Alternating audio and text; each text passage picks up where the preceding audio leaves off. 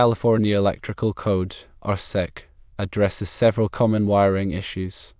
Firstly, let's consider improperly rated wire in contact with soil. CEC Section 300.5 D states that conductors buried in the ground or embedded in concrete slabs or other masonry in direct contact with the earth must be listed for such use. This means that standard household wiring, such as Type NMB cable, is not suitable for direct burial. These cables are not designed to withstand the moisture and corrosive elements present in soil. Using improperly rated wire in these situations can lead to insulation breakdown, short circuits, and potentially dangerous electrical hazards. To comply with the code, you must use wiring specifically listed for direct burial. Examples include Type UF cable, which is designed for underground feeder and branch circuit applications, or conductors installed in a conduit system approved for underground use, such as rigid metal conduit or Schedule 40 or 80 polyvinyl chloride conduit. Always refer to the cable or conduit's listing and manufacturer's instructions to ensure it is suitable for the intended burial depth and soil conditions.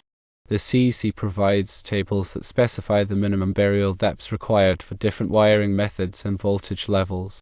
Secondly, consider double lugged breakers or multiple wires connected to a single breaker terminal. CEC Section 240.15 E1 addresses this issue, stating that overcurrent devices must not be connected in parallel except as otherwise permitted in the code, and each device must be connected only to the circuit for which it is intended. Connecting multiple wires to a single breaker terminal, or using a double lugged breaker not rated for multiple conductors, violates this code. Breaker terminals are designed and tested to accommodate a specific number and size of conductors. Overloading a terminal can lead to loose connections, overheating, and potential fire hazards. Furthermore, it can compromise the breaker's ability to properly protect the circuit in the event of an overcurrent or short circuit. The correct way to connect multiple conductors is to use appropriately sized junction boxes and splice the conductors together using listed splicing connectors. From there, a single conductor of the appropriate size can be run from the junction box to the breaker terminal. Alternatively, you can replace the breaker with one that is specifically listed for multiple conductors, if available and appropriate for the application.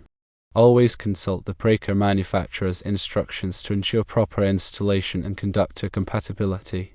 Finally, consider exposed wires in a living area. CEC Section 300.22 addresses wiring in ducts, plenums, and other environmental air spaces. While this section primarily deals with wiring in air handling spaces, the general principle of protecting conductors from physical damage applies to all areas, including living spaces. Conductors must not be exposed to physical damage where accessible to persons. Exposed wiring can be easily damaged by contact with furniture, equipment, or people, leading to insulation breakdown, short circuits, and electrical shock hazards. Wiring in living areas must be properly protected using methods such as running the conductors through conduit, installing them behind walls or ceilings, or using cable assemblies with a durable outer jacket. The specific wiring method will depend on the application and the type of construction. For example, in a finished wall, Type NMB cable is typically used, while in an unfinished basement or garage, the cable may need to be protected by conduit or installed at a height where it is less susceptible to damage.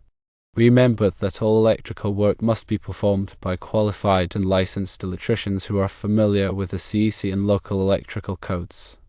Improper wiring can create serious safety hazards and violate the law. Always obtain the necessary permits and inspections to ensure that the work is performed safely and in compliance with all applicable codes and regulations. Understanding these basic CEC requirements is essential for ensuring electrical safety in residential and commercial buildings. By adhering to the code, you can minimize the risk of electrical hazards and protect people and property from damage.